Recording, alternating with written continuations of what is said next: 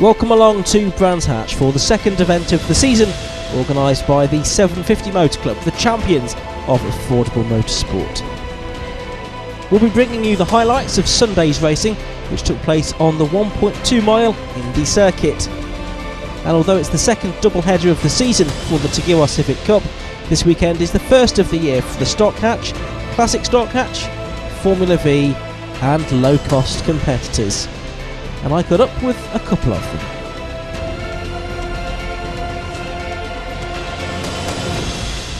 Sean, all set here for the start of a new season. Low cost, how are you looking forward to it? Yeah, I'm really looking forward to it. We've got the new car, they're just doing some final adjustments now. But yeah, it's all going well. It went well in testing on Friday. Qualifying wasn't so good. We had a few problems, but there was changing conditions. There was a lot of oil out on track. And we had two different sessions as well, and it was a lot drier in the second session, so a bit disappointed with being so far down the grid, but looking forward to a good race. Yeah, and it's great to see low cost still in great health, isn't it? Again, we've got three groups racing this weekend. We've got, I think, around about 40 cars. It's fantastic to see, isn't it? Yeah, it's brilliant. I mean, they have to split the grids now, as you just said, because there's so many of us, but it's great. And everyone's so friendly. I mean, a couple of cars had an accident yesterday, and they're going to be back on the grid today because everyone mugs in and finds parts and all of that. So it's a really friendly championship to be in. And have you got any particular aims for this season as a whole? Well, I was hoping for top three, so it is the start of the year. It's a long way to go, but we'll see how it all pans out. Well, there's three races this weekend to accommodate the very sizable entry that we have at Brands Hatch. The first race took place yesterday. Okay, Tom Collar, winner of the first low-cost race of the season. How was it? It was good, yeah. A bit carnage at the start. I think there's some oil down on the second lap of Graham Hill, and Lee went off in front of me, and I managed to sort of slide out wide as well. Managed to keep it on the track. I think Richard hit me behind but got away, and then just putting in the good laps, got the gap, and just nursing the car. So yeah, it was good. Not a typical low-cost race really though, with such a big gap. No, definitely not. No, I was up for a good race as well. I said initially it felt like me, Lee and Rich were going to really get in each other and have a good race, but that's the way it goes sometimes. Now, what are your plans for this year? Is it a full season or just an occasional race like this one? I'm doing the team championship with Nick Selby, so we'll be sharing the car throughout the year. So yeah, a bit of a different challenge and just enjoy the races as they come. It's good fun.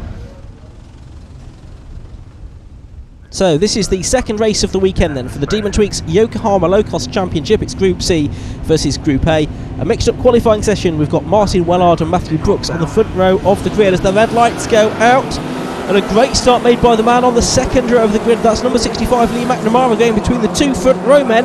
The pole man Martin Wellard in the red number 55 car has already lost about 5 positions as the cars drop down into Paddock Hill Bend for the first time in what will be a 13-minute plus 1 lap race. Someone is having a spin as well. Someone else going wide and heading towards the barrier on the exit of Paddock Hill Bend, I fear. But the leaders already up at Druids for the first time in this 13-minute plus 1 lap low-cost race. And it is Lee McNamara then that leads the way. I don't think we saw Lee out during the course of 2013, but he has raced low cost before and he's often been towards the front. Second place man is Danny Andrew then. He had a win or two during the course of 2013, but didn't get the championship results that he would have liked. And therefore the blue car you can see, that's Lee Bankhurst, the man who was on form towards the end of 2013, finished the championship as the runner-up. He started 12th on the grid for this one, so he has a bit of work to do to get to where he would like to be. We saw a car pulling off as well. I think that was Tim Neat heading back into the paddock. So end of lap 1 then, and it's 3 cars really for the lead of the race, but here's Lee Bankhurst doing battle with number 57 Anthony May, who started on the third row of the grid. So Bankhurst has made up a little bit of ground already. They're now heading into a yellow flag zone because there is that car off halfway up the hill towards Druids. Possibly a little bit of damage to that car then. Leaders now making their way already down towards Graham Hill Bend for the second time.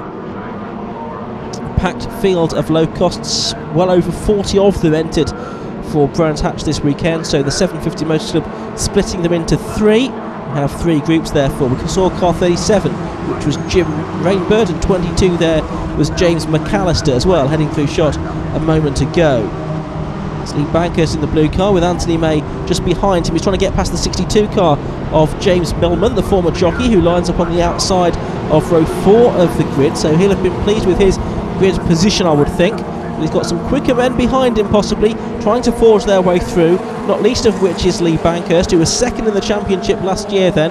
The man from Horncastle, as yet unable to find a way past James Millman, who runs wide on the exit of Paddock Hill Bend, so Bankhurst will have the inside line as they climb up towards Druids. Meanwhile, the lead has changed now, I think. Is it Danny Andrew that's up ahead? We saw Danny at the front of that group, certainly will pick up the leaders again in a moment. Still Lee Bankhurst yet to seal the deal, but he has now done so, and he's got past James Millman and up another place. But look at the queue of cars behind him. You can see in there number 3, which was Richard Jenkins. He was also one of the front runners last year, but never managed to actually win a race. Anthony May is still in there as well in number 57, the man from Marlborough. Ian Alley's green and white car I can see in the pack as well. So lots of action going on behind the leaders, who have pulled away somewhat already. And Lee Bankhurst will be trying to make his break now from the likes of James Millman, number 62. I think Richard Jenkins will try to go with him now. And yes, there is Danny Andrew ahead of Lee McNamara then. Matthew Brooks is in 3rd place. It looks like Martin Wellard is in 4th position in the red car. And McNamara and Brooks are side by side there up at Druids Hairpin, and I think Brooks might well have done it. Well, the 29-year-old from Warwick, he's an engineer by occupation in this home-built low cost. I think he might be up into 2nd position. He's not quite there yet, but he's going to be alongside Lee McNamara going into Surtees this time. While all of this is happening, of course, Danny Andrew, the ex-kart racer, is able to pull away. Karting is also the background for Matthew Brooks when he did his set at the beginning of the season. Oh, there's low costs everywhere at Surtees. What has happened here? Several cars off. I think they're mostly going to be joined. One of them is heading up onto the Grand Prix loop. Try and do a 3-point turn and rejoin the circuit, I should think. There's Sean Stafford Atkinson flashing across the line. As Brooks now, number 86, has got past Lee McNamara now. Wellard is with them as well. He is in 4th position. There's Sean Stafford Atkinson doing battle with Anthony May, who's just dropping back a little bit down the order, if anything, at the moment. May in the 57 car. Sean Stafford Atkinson from Derbyshire, car number 7. There's this fight for 2nd place again, and Brooks now has got about 3 car lengths in hand over Lee McNamara, number 65, the man from Leamington Spa. Through Clarkcurth they come then, on towards the start and finish straight for another lap.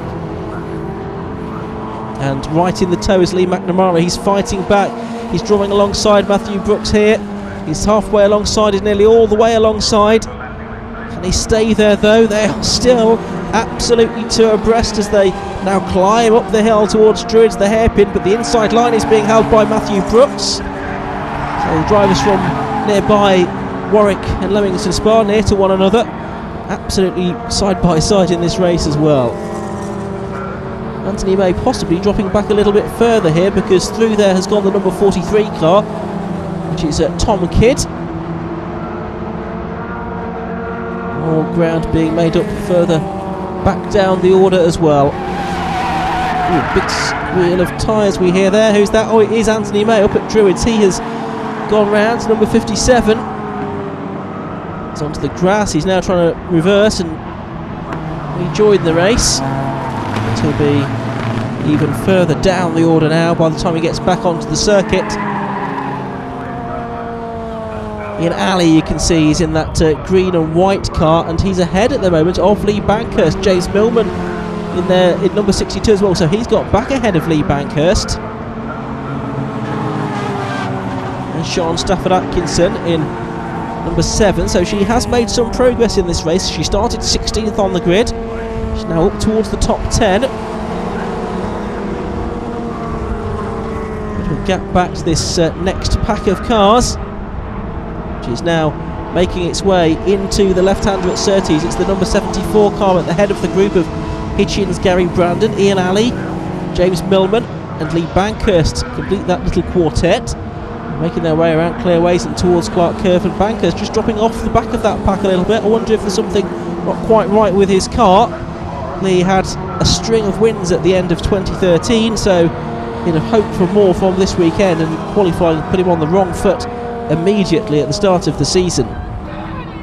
Ian Alley goes down the inside of 74 car of Gary Brandon to take the place away. So I think that's given Ian Alley now a position up inside the top 6. On to the last lap, and Danny Andrew it is that leads the way, starting to get in amongst the traffic in these closing laps of the race, turning his way through clearways and towards Clark Curve now. Well, he had a successful first meeting of 2013 at Mallory Park, but some reliability issues then during the rest of the season really stymied his championship hopes. But it's a great start to 2014 for Danny Andrew, number 27, the man from Spalding in Lincolnshire, takes the win, and look how close it is for second place. Matthew Brooks just getting it from Lee McNamara in the end.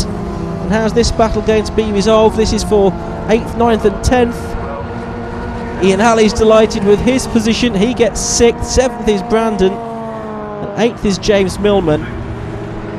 But it's Danny Andrew that takes the first win of the season here at Brands Hatch in the Low Costs. Here are the results then, and the win for Danny Andrew by almost 5 seconds, but only 9 100ths between Brooks and McNamara in 2nd and 3rd.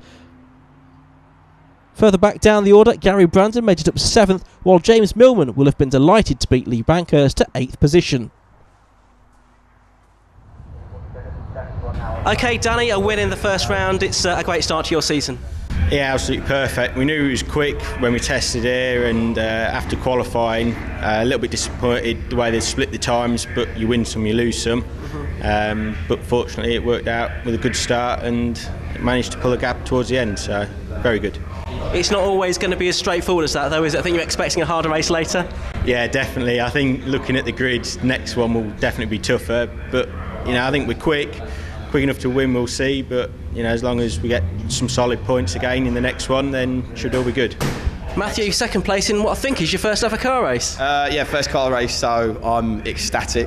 I feel like I won the race, to be honest, but I had a great battle for second. It was great, brilliant race, fair racing as well, and come to the last lap, went to go round his outside, got a tow at the beginning of the straight, thinking I could get past him into paddock, and the checker flag come out, so I was quite lucky. Did you expect that you'd be up on the podium so early on in your low-cost career?